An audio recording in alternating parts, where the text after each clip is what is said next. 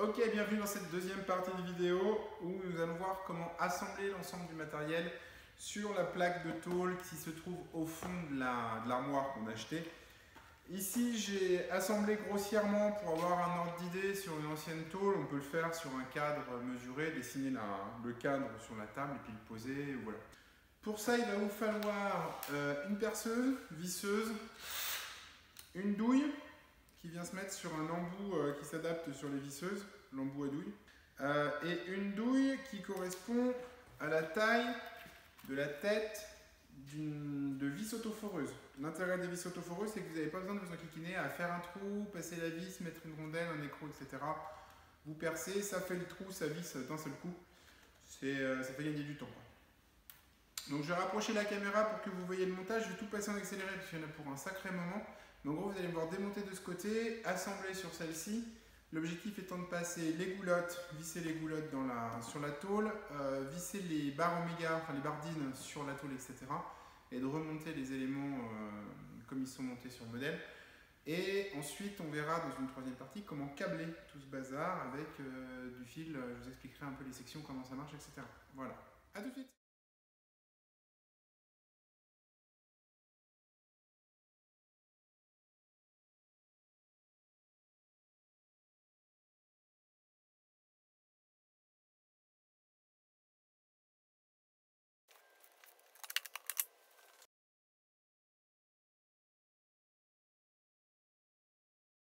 Ici, il y a les écrous qui vont venir tenir dans l'armoire en fait. Donc il faut éviter de boucher les quatre encoches, sinon ça ne marchera pas.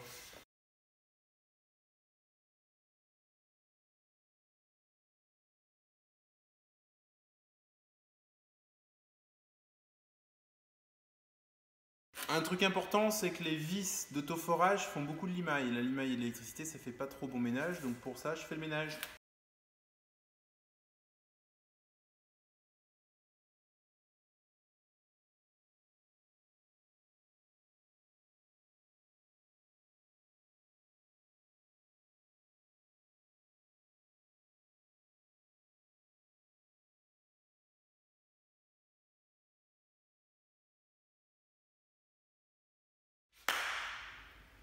Ok, donc on a assemblé les éléments sur la grille de fond d'armoire. Donc là c'est cool, tout est monté, le schéma de câblage est à peu près clair dans ma tête.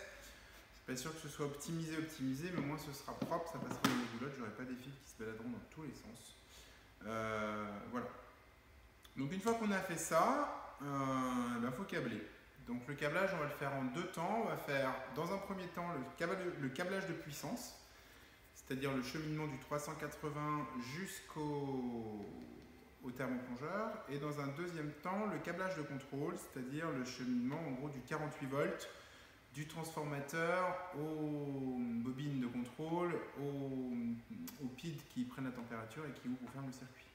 Voilà. Donc là, on part sur le câblage de puissance, donc en 380. Donc pour câbler du 380, on va câbler 3 phases, d'accord, dans lesquelles vont pouvoir passer respectivement au maximum 18 kW. Donc pour faire un petit calcul savant, il me faut du fil en 6 mm². Pourquoi? Parce qu'on compte 5 watts par millimètre carré. Non. Parce qu'on compte 5 ampères par millimètre carré. Du coup, ça me permet 6 mm² de faire passer 30 ampères par phase, ce qui est plutôt pas mal pour un thermoplongeur. C'est pour ça, rappelez-vous, qu'on a pris des disjoncteurs en 32 ampères sur les 2 fois 18 kW, les thermoplongeurs de la cuve d'ébullition. Sur le thermoplongeur de 8 kW, on pourra avoir du fil plus petit. Après, j'ai du 6 carré, on mettra du 6 carré, ça marchera pareil. Voilà. On peut surdimensionner un peu son fil, il ne faut pas le sous-dimensionner. Si on sous-dimensionne le fil, il rentre en résistance, il chauffe, il fond, il fait un court-circuit, ça prend feu, etc. C'est un drame, tout le monde pleure. Voilà. Normalement, si ça fait un court-circuit, ça disjoncte. Vous vous rappelez la vidéo précédente, on avait expliqué ça. Voilà, donc je vais zoomer et puis je vais câbler en 6 carrés. Donc 6 carrés, pour avoir du 6 carrés, j'ai acheté du câble souple que j'ai dénudé, donc ça me permet d'avoir pour un prix modeste du câble souple en 6 carrés, sinon vous allez trouver du câble rigide. La différence, c'est qu'à l'intérieur du câble, ici, vous avez plein de petits fils tout fins. Un câble rigide, c'est juste un gros morceau de cuivre. Câble rigide, c'est vraiment chiant à câbler parce que c'est vraiment raide en 6 carrés et du coup, ça devient compliqué. Câble souple, c'est vraiment le bonheur, quoi. Voilà. Câble souple, le truc aussi, c'est quand ça va nécessiter des embouts de câble qu'on va sortir avec cette pince-là. Rappelez-vous, on va mettre l'embout de câble, on va sortir, ce sera propre. Ça, vous allez le voir dans la vidéo, je vais vous montrer comment on fait. Et puis voilà.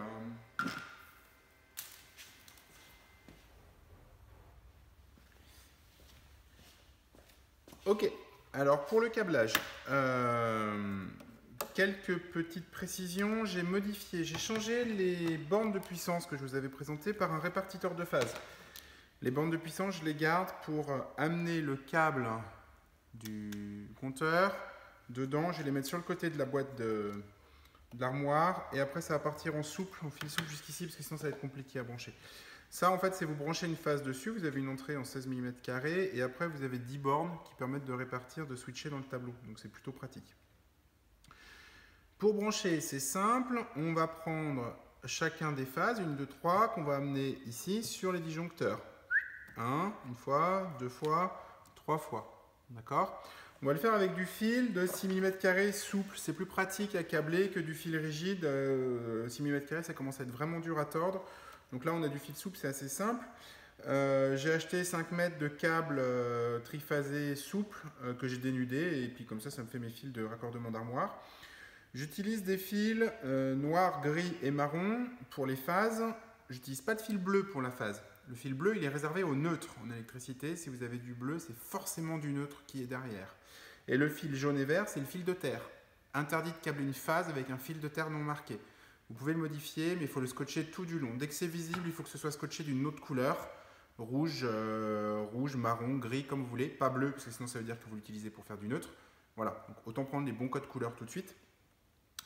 Donc j'ai du câble, j'ai des embouts de câble, je vous montrerai comment les sortir avec la pince à sertir les embouts de câble, c'est facile, hein, ça se présente comme ça. C'est une petite partie métallique, un petit entonnoir, vous en fichez la partie dénudée dans la partie métallique, vous pincez à la pince, c'est tout bête. J'en ai préparé quelques-uns en amont et j'ai aussi des étiquettes, des colliers de marquage qui ressemblent à des petits panneaux de signalétique. Vous écrivez le nom du câble dessus, vous clipsez, c'est des petits colliers Serflex. Hop, vous coupez à ras. Comme ça permet de marquer les cheminements de câbles. Et si vous avez un peu de maintenance à faire un jour dessus, d'éviter d'avoir à suivre le câble. Parce qu'au bout d'un moment, ça va être un peu nébuleux et ça va ressembler un peu à une forêt de fils. Donc c'est bien de marquer ces câbles. On fait le premier. Je vais câbler de la première phase jusqu'au disjoncteur. Je vais prendre la phase 3 d'ailleurs. Toc, toc, toc, jusqu'ici avec le fil marron par exemple. Hop, jusqu'au bout. Je vous montre comment on câble un fil et après je passe en accéléré parce que ça risque de prendre un certain temps. Donc, le câble marron, hop, je désentortille, toc, voilà. Il y a un peu de papier, ça c'est parce que je l'ai dénudé. Je prends une cosse, enfin un bout de câble, c'est pas une cosse c'est pas ça, un bout de câble. Je repère où il faut que je dénude. Ok, et hop, j'ai fait un petit repère sur ma pince à dénuder qui me permettra pour les fois d'après de dénuder la bonne longueur sans avoir à prendre la cosse à chaque fois. Je dénude, toc, je prends un embout de câble, j'enfile dedans, hop là, je prends ma pince où c'est marqué 6 carrés, je glisse dedans et je chartie, d'accord, sur toute la longueur. Ça m'a bien écrasé, ça fait un petit U, voilà, et c'est ce petit U qui va venir se mettre dans le bornier de phase, hop, dans le répartiteur, comme ça, tout bêtement. Alors, il faut mettre l'ouverture du U côté lisse, c'est plus facile après à serrer. Voilà, jusqu'au bout. Tac. Voilà. Et ensuite, eh ben, je sors. J'ai coupé un peu de ma goulotte parce que ça va m'embêter. Comme c'est des gros fils. Voilà. Toc. Je vais dans la goulotte. Hop là. Alors la goulotte, je l'ai pré-coupée pour que ce soit pas pénible.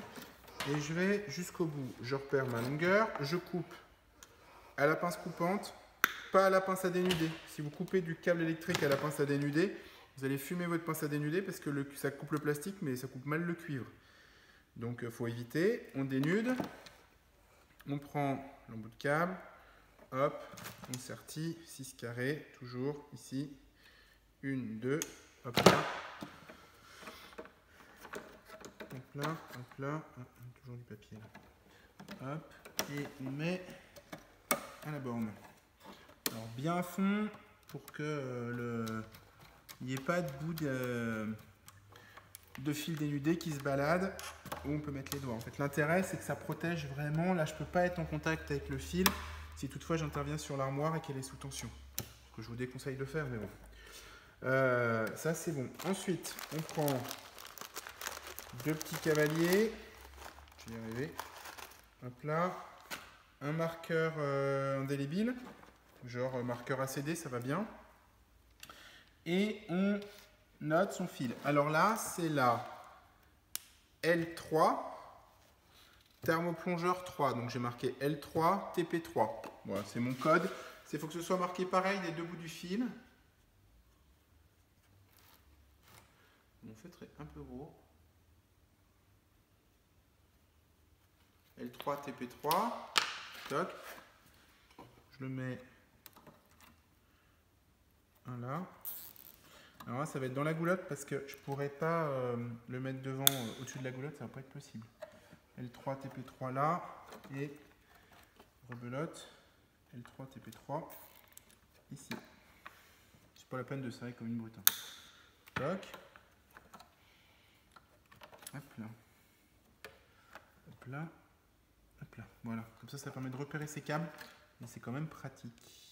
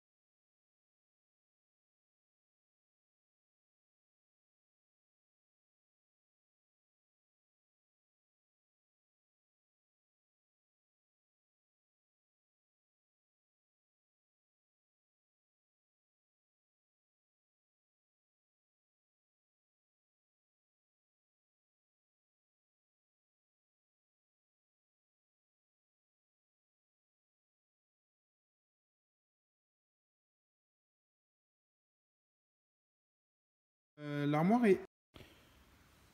Ok, donc on a câblé le circuit de puissance. L'armoire est à peine suffisamment dimensionnée pour tout faire tenir, mais normalement tout tient dedans.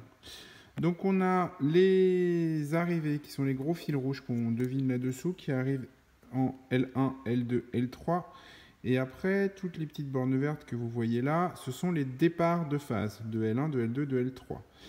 Noir L1, gris L2, marron L3, c'est plus pratique pour repérer. Donc, je balance mes 3 phases sur mes 3 disjoncteurs. Ensuite, des 3 disjoncteurs, je descends jusqu'à mes 3 bobines relais qui vont me permettre de piloter les thermoplongeurs.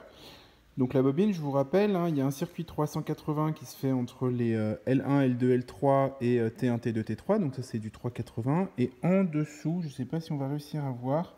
Voilà, ici vous avez A2, A1. De chaque côté, vous envoyez du 48 volts. Ça c'est des bobines de 48 volts. En circuit de contrôle qui permettent d'ouvrir ou fermer ce petit tiroir là. Donc c'est-à-dire que quand il est comme ça, le courant passe. Quand il est comme ça, le courant ne passe pas. Donc on va pouvoir le contrôler avec un circuit de 48 volts et balancer du 380 dans ces 3 bornes-là qui vont pouvoir ensuite aller chauffer la cuve et faire cuire la bière. Idem pour les transfos, donc j'ai mes départs de phase qui partent ici, qui arrivent sur mes fusibles en 1 ampère. Et ensuite j'ai 2 phases qui partent des fusibles et qui arrivent en haut du transfo. Si vous voyez, là c'est marqué 400 et 0. Donc une fois que j'aurai fait mon installation, j'ai mesuré ma tension entre ces 2 bornes. Et si j'ai pile 400 volts, je laisse comme ça. Si j'ai moins de 400 volts, je décale celle-ci en moins 15. Et si j'ai plus, je décale celle-ci en plus 15. Ça permet d'ajuster, d'avoir une tension un peu plus précise sur la sortie ici qui est en 48 volts. Voilà, donc pareil, je vais relier entre le 48 et le 0. Le 0 et la terre sont reliés ensemble. Il faut que je fasse partir un fil de terre qui va rejoindre la masse globale de l'armoire qui sera sur le côté. En fait, je vais mettre une petite borne dans l'armoire où tous mes câbles de terre vont aller. Idem, les thermoplongeurs vont avoir une prise de terre. Donc, il va falloir que je câble la prise de terre du thermoplongeur jusqu'à la terre, au piquet de terre qui est sous mon tableau électrique. Voilà, donc ça c'est pour le circuit de puissance. On va s'attaquer maintenant au circuit de contrôle en 48 volts. A tout de suite.